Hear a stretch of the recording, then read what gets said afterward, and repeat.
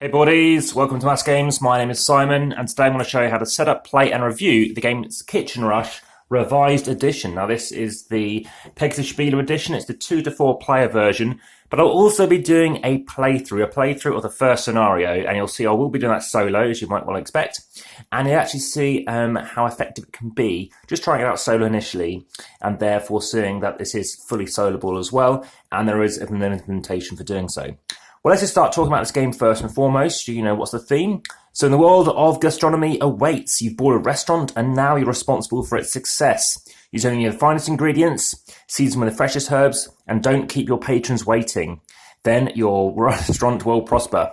Kitchen Rush is a cooperative real-time game, and you're going to be seating your patrons, taking your orders, and preparing delicious meals. Together, you'll learn these rules in obviously these 8 different scenarios, and after that point, you can master them with other things too. So here's basically our track where we're coming in. You don't have to worry about that for this part of the game. I've already assembled the board. Now, normally you'll see, and it's very rare, less than 1% of my videos have me actually pre-assemble a board. But as you can see, we have various numbers on here. For example, we have an A8 down here. So this is the M8 tile, the 7 tile, the 5, 6, 3, 4, 2, and 1. And you can flip them over to the B side. And depending on which scenario you're doing, and of course you can do more than just the standard 8, then of course you can mix them around as you wish. Now there are various cards for the various scenarios, so we're just going to talk about the first one and see if that, tickles a fancy, so to speak, and how you set the game up. So for scenario 1, what you're going to be doing is you're putting various ingredients into these various things with certain amounts in each. So what we have over here is a couple of different things, such as different vegetables here. We've got meat, we've got bread, we've got cheese, and salad. So various things going into this one. The same thing goes over there, it's identical. So room 1, room 2 are basically pantries we can get our food from. We have some plates over here. These are clean plates. On other scenarios, they can be dirty, so maybe you need to clean them first. We've got places we can cook. And as we're playing it in the 1, or let's call it 2-player mode, we're covering over slots 3 and 4. Equally, where people are going to be eating at, we're covering those over. And we have these reserved symbols as well, which is slightly out of shot, but you don't need to worry about them. We're just saying that if you want to be getting cards, they're going to go here. So you're going to be revealing a couple of cards initially. So assembling it solo, I'm going to reveal 1, and you can kind of see the action I'll be taking. And that will be going out here. Now, this particular one I actually happened to, I think I played yesterday, but I'll go for it anyway. So that's going to go out here, and I'll just move it down a bit so it's a bit more in shot. So I'm going to need a certain type of plate, so I need to get that plate. And I'm going to be cooking it for 2 periods in time, which is going here twice. And these are the items I need. Now, I will say at this moment in time, in a 2-player mode, for example, there's typically the case whereby I might need 3 greens. And as you can see, there's only 2 here, so I need to make 2 journeys. So that's going to go there. Also, what you're going to need is to grab a timer, and you're going to need a player board. Now, again, for this particular mission, there's no need for playing over here. So I'm just going to place my board here to keep it in shot.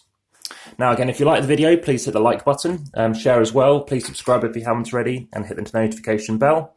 And lastly, check out the comments and descriptions for any updates, of course, I do have.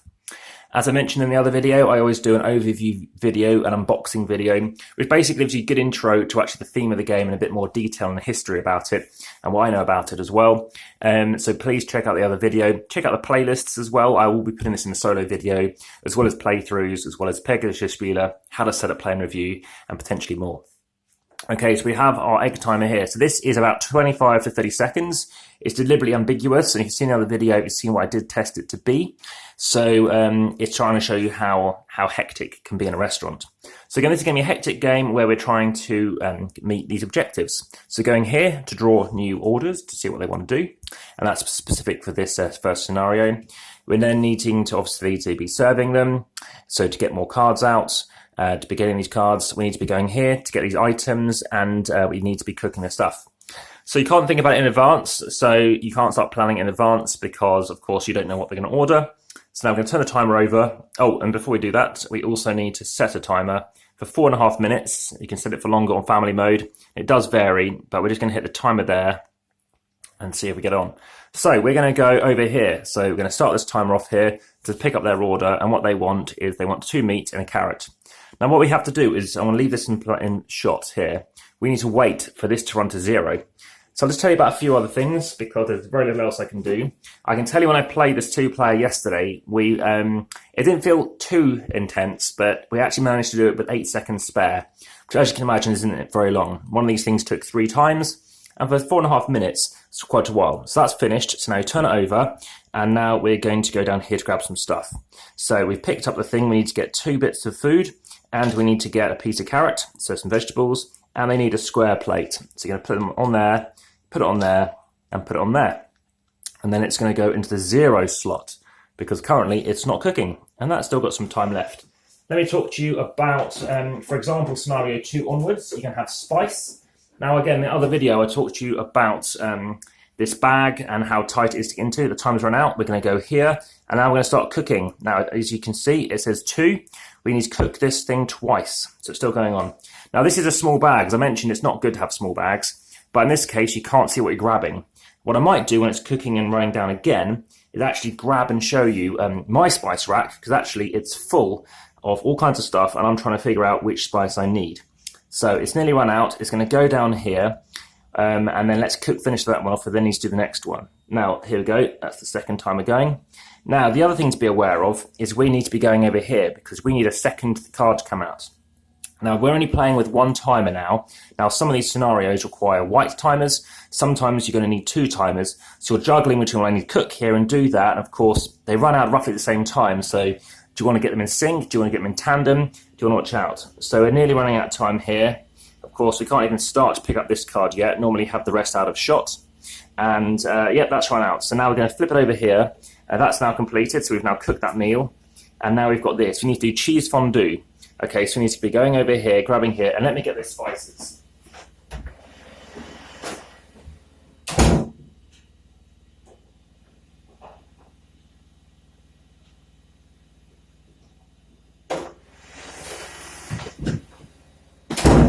Right, so it's still running down. I've got the spices in shots here, and now we've got the cheese fondue. So that's coming back, and we're now going to go here to grab what we need. So we need 2 pieces of cheeses, and we need a piece of bread. And that's going to go there, let's say. Here's the thing. We need to wait for that to run, and that can go on the first position. It also needs to be cooked twice, and we can keep an eye on the time. I don't think it matters too much, but in the minute, got 1 minute 38 left. So as you can see, it's still got to have another 30 seconds left. This still hasn't finished, so it's pretty tight. If you don't complete scenario 1, you can stay where you are, or of course you could go back. So let's see how that's cracking on. It's pretty much done now. There we go, and now it's moving on. And as I talked to you about that spice rack, as you can see, just from sitting in that position, I've obviously got various things in here. Turmeric is very good for inflammation if you want to mix it with pepper. You've got basil, oregano, and thyme, which want to have stuff like puree, tomato puree to go very well with that.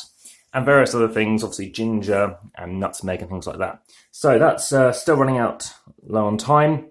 In this case, you can see it's now telling me I've got a timer thing coming up, less than a minute left, and now it's finished.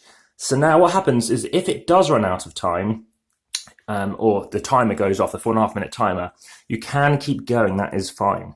So how does this compare to other games? Well, Kung Fu Panda is real time. I find that, in a way, more of a story, because you're trying to go from this location down to here, trying to fight off various baddies and stuff. So I think it's very good, maybe using a cart. I think that's very good. And that's got 9 scenarios, and you break it down into 1, 2, 3, 4, 5, 6, 7, 8, and 9.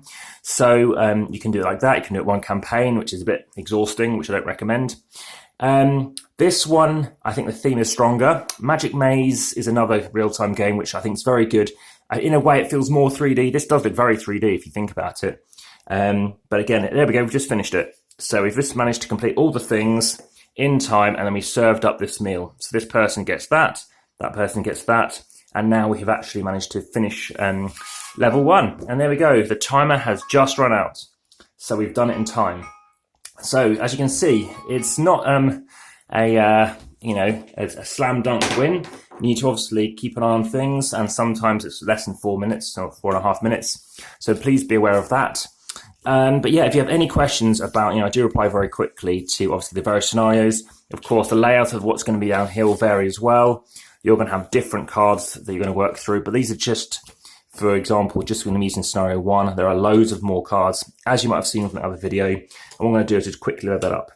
Now, in terms of bags, as I mentioned, it did come, if you've seen the other video, with loads of extra bags. And I have plated up, pardon the pun, loads of extra bags too. But as you might spot, there are, there's a bunch more cards that we obviously haven't gone through yet. We've got things to tell you about what the plates look like. There's various things to work through. So yeah, lots of things to be aware of. We've got cutting and things like that.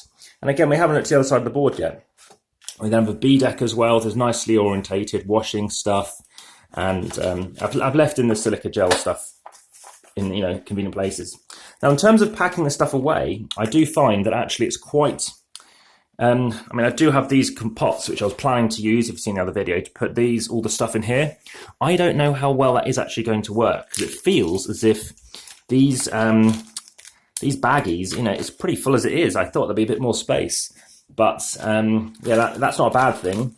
In terms of the quality of the game, this is made by the most premium board game manufacturer there is, Longpack.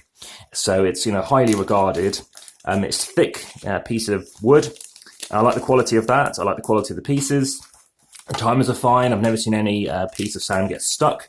If you've seen some other videos or when I test timers, you see that they actually have got stuck in the past. So yeah, quality is important in this factor. And maybe those that also make these timers, of course, you need to make sure you're going for a decent company like that. The trays fit in fine as well. Everything packs away fine. Nothing sticks out. So loads of cubes. We haven't talked about the spices, as I said, until another mission. So yeah, lots of things to be aware of. Again, it's the game where you're trying to typically make money and obviously do the best. In this case, of course, we didn't talk about money because this scenario doesn't need it. Well, Amaya, what you're looking at looks a bit garish. So thanks very much for keeping an eye on this so far. And I look forward to hearing what you think. Again, please like and subscribe. All the best. Bye for now.